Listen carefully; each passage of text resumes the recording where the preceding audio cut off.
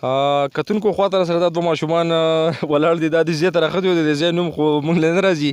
بهرحال د میادم په سایډ باندې دې طرف ته چې له بلها برابره شي پوره سفر به وکړي. دا ځای د ډېر ښایسته روډ ورته راښتی دی. چړیانې ډېرې زیاتې سختې دي. نو ستاسو نوم دی؟ ابوبکر. ابوبکر او دا ستا خور ده؟ د دې نه څه نوم دی؟ ولیمه. ولیمه. او ستاسو کور په کوم ځای کې دی؟ دلته کته. کته؟ تاسو بره سوداره ته څه چل کوو؟ پټی اړه. پټی اړوئ؟ ښه ښه جزې کور ته ځئ بارې ښه زموږ سره خبرې کوې. کتونکو دې ځي ته وایي څه نوم دی؟ ګیرو تنګی چې دی د دې ځای نوم دی. زموږ سره قاري چې دی دا هم راغلی دی. قاري سره یو دوه خبرې کوو چې یاره دا ځای څنګه دی. راشه قاري صاحبه. السلام علیکم قاري صاحب. وعلیکم السلام. دا راته ووایه دې ځای ته په اولني ځل رالګې دې نه مخکې چې ته راغلی وې؟ یاره په اولني ځل باندې رالو. دا راته ووایه چې چړیانې خو د دې خو ډېرې زیاتې سختې چړیانې دي که نه. خو دا کار ښه دی چې دا روډ سیمټي کړی دی وله نو په راتلو کې د څه مشکلات وو که نه. نو مشکلات خو نور نه و خو دغه دی چې لکه پس ګیر کې هم دا ګاډه او د سمټر تار کوي او دوه کسه خو بیخي نه راخېږي او یو خو ته اکثر په چړانو کې ودرېږې.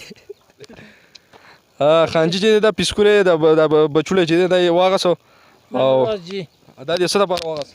دا بس ما یې ماښام به دې روژه ماته وکړو. روژه ماته به دې وکړو. نو دا په څو شو تقریبا؟ یاره دا خو ډېر ارزانه شو. څو پورې؟ یاره دغه 2000 پورې شو. 2000 پورې؟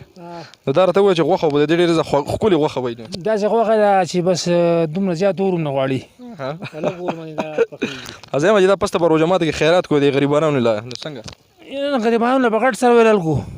دا خو ما تاسو راغستی دی. دا غټ څاروي اراده دي کله کله؟ اراده مې انشاءالله اختر نه وروستو. اختر نه وروستو؟ دا تاسو کتی شئ کتونکو؟ مه کوئ مه کوئ. ومینې چیچل که ومینې چیچي چیچل که چیچل خبره ښه چیچل که بره جامه خو ده نه خو بیزي هغه ټیپه دغه باندې روي مړه ګوته روي. کتونکو دا تاسو کتی شئ دا بیزې بچولی چې کوم دی دا پیسکوری دی که پیسکورۍ ده غاري؟ پیسکوری دی. دا ډېر مزیدار بچولی دی. اوس موږ موټر سایکل باندې کېنو او په دې ځای کې یو بلها سټی وکړو. اوس په ځو مخکې دا سفر به جاري ساتو. تاسو وګورئ د موټر سایکل هم چلولی شي. تاسو لږ زموږ دغه چې دی چینل دا سبسکرایب کړئ او بیا د ده دغه تاسو وینئ چې دی د موټر سایکل څنګه چلوي. بالکل دغه کوئ وګورئ ملګرو ځئ مو هغه څه اواز څه نه کوي نور ګله اوس اوسئ او د دې پیسکوري د موټر سایکل چلول وینئ. د دې موټر سایکل د موټر سایکل چلولی شي انسان هم صحیح نشي چلولی. بالکل بالکل تاسو کتی شئ د دې میک چې دا کمپوز کړی دی ته مونږ وایي چې دا ور دننه نه کړي. بیا وکړئ چې ډېر وخت نه